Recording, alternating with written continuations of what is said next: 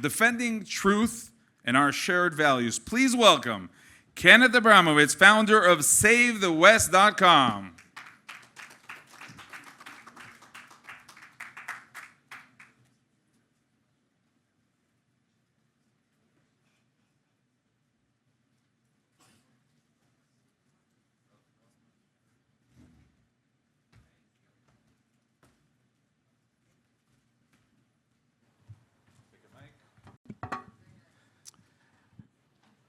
Shalom, Kenneth. Shalom. Save the West. You know, thinking of that term now, I think about Trump's visit to the Middle East, and no one knows really where that's going, and Iran. Save the West is an emergency, an mission already, right? Well, it's been an emergency for 3,800 years, but the most recent emergency is that our enemies are on the ascendancy. And so we can't stay neutral, we can't stay passive, we can't play defense like we usually play. We have to go after our enemies. So what is the game, if we're talking about the game that we're playing, what is the game that President Trump is playing at this point? Well, President Trump is trying to find himself a policy. He knows there's something wrong between America and Iran, and Ukraine and Russia, obviously, and China and Taiwan.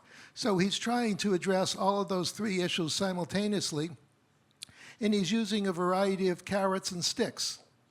But when you're dealing with what I call death cults, you don't need many carrots, you need a lot of sticks.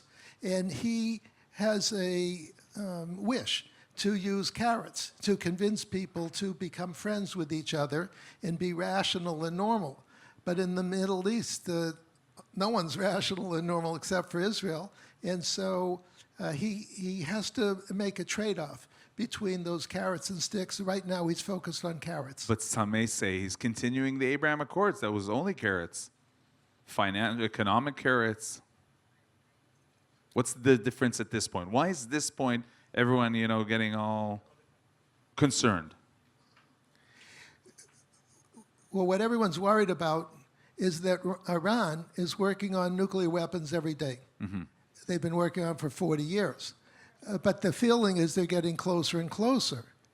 And so any day they could announce that they have 5 nuclear weapons on 5 ballistic missile systems, and one's pointed at Israel, one in Europe, and one in America, and 2 are spares. And we can find ourselves in a big, big mess very quickly. So President Trump hasn't internalized the fact that delaying a response with Iran puts America at existential risk every day that we negotiate with a death cult. You don't buy in the story that he's creating this dialogue so he'll be able to strike with all the legitimization he can get?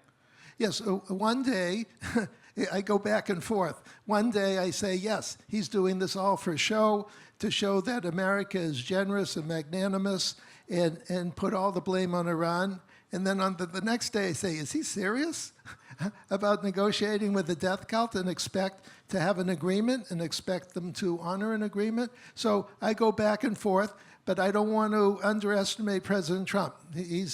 I hope he knows what he's doing, and I'll bet that he knows what he's doing.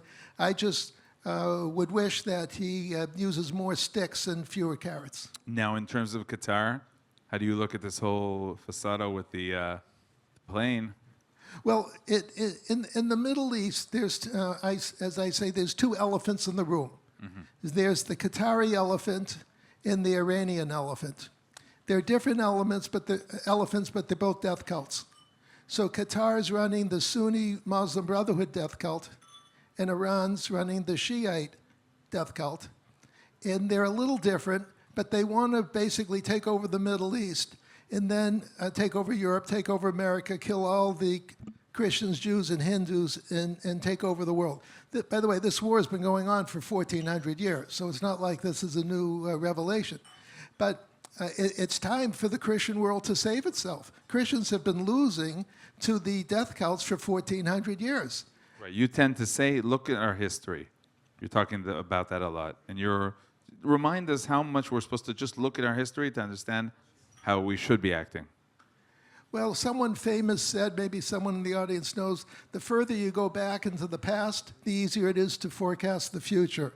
So I try to learn about the past, and the war's been going on for 1,400 years since Muhammad and his followers made the decision to kill everybody. And they took over 75% of the Christian world at that time. It's now time for Christians to stand up for themselves. Now, by the way, Jews were stuck in the same mentality of ignorance until October 7th, and until we jarringly had to come to grips with the fact that there's two death cults and you have to do something. You can't just sit back and hope they go away. Because that's exactly the misconception, right? Giving them Qatari money or allowing them to go in and work. But there is logic to that. You know, you're looking at a small town of Arabs, of Palestinians, so to speak, and you say if they have employment, if they have what to do, it may, reduce the terror. There is some sort of logic to that. Well, one of the things I say to myself and to leaders is you have to spend half of your time thinking like a Westerner and half of your time thinking like a death cult. And so that you understand how evil behaves. And what happens is many people are so good, they have difficulty understanding how people can be so evil. Now, in terms of what we're seeing in America, Trump, he won. He's in the White House. But you're also concerned in terms of the way people are looking at these threats. Well, the way I look at life is we're in World War III. It's inescapable. And basically, what I call the Reds, the Greens, and the Blues, the communists, the Islamists, and the globalists have declared war on civilization. And so we're in World War III. By the way, these Reds, Greens, and Blues are all dictatorships, and they're all criminal organizations. And they all are hate God and hate the rule of law, and I call them pagans. Or if you want, you can call them Amalekites. So although I call it World War III, you could say it's really World War I. We're in biblical times, unofficially in biblical times, and we're fighting the pagans. And what's going on now is a war between pagans versus Hashem. And I think it's time for the forces of good to stand up and protect themselves. But who are the forces of good? Because some of the left will say, we are good, we are pure, we are talking only about peace. Right will say, we are the good because we're talking about being victorious. Every side defines themselves as the good. Okay, so I'll define good for you. Good, using an American term, is someone who believes in life, liberty, and pursuit of happiness for 100% of the population. I call that good.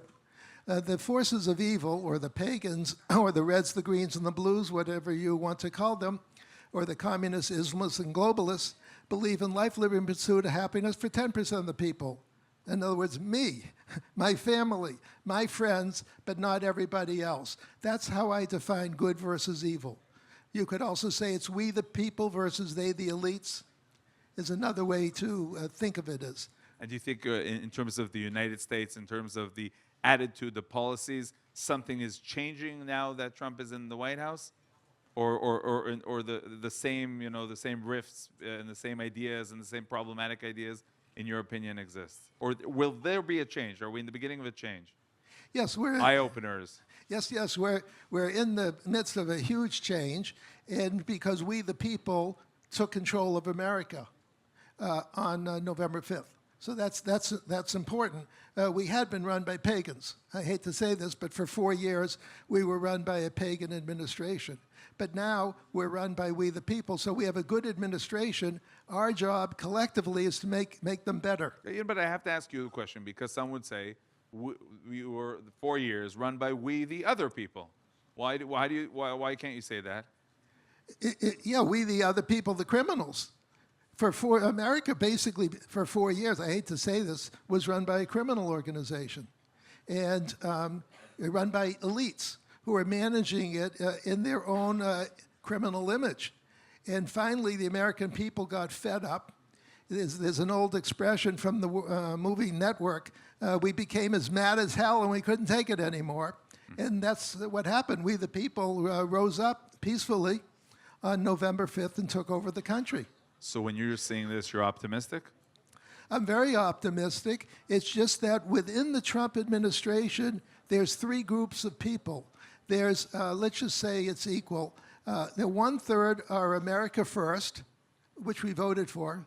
1/3 is America Alone, which we didn't vote for. And 1/3 is Friends of Trump, which we didn't vote for. So we only voted for about 1/3 of his staff. And you're afraid that you're seeing things that are Right. So problematic? I'm seeing things that are problematic from the America Alone people that we didn't vote for and the Friends of Trump that we didn't vote for, and it confuses Trump. There were mixed emotions as we saw. I mean, Right. I wouldn't say mixed emotions. Everyone is happy to see Idan Alexander home.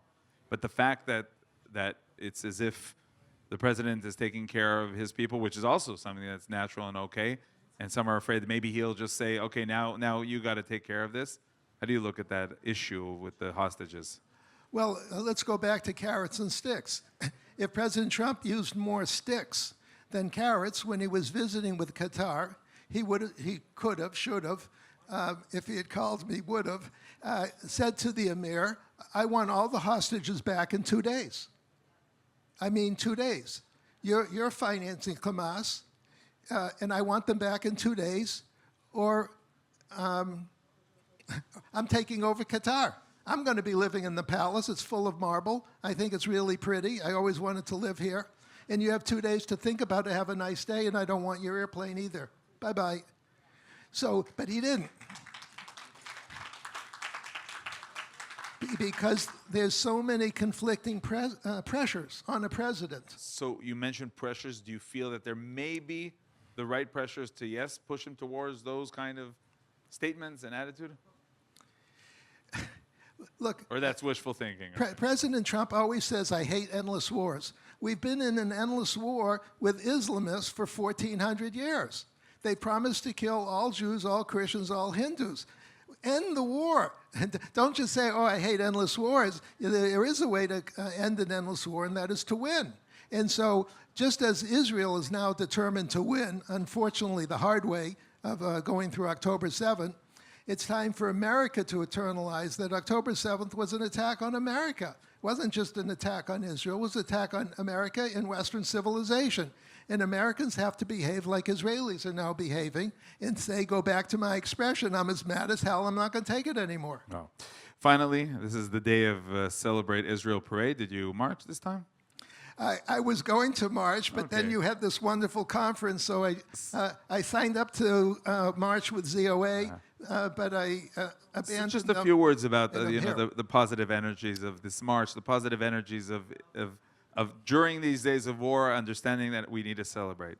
Oh, I love the Israel Day Parade. I've been involved in it for 25 years. Almost every year I marched in it. I used to live in New York until it was taken over by the communists about 5 years ago. So I don't like living in communist countries anymore. But I love the parade. It's full of energy, and it's very inspiring. Okay, Kenneth Abramowitz, founder of SaveTheWest.com, Saving the West. And everyone should sign up for my website, SaveTheWest.com. I write an article every 2 weeks. You'll get the article and sign up. Thank you so much for joining us.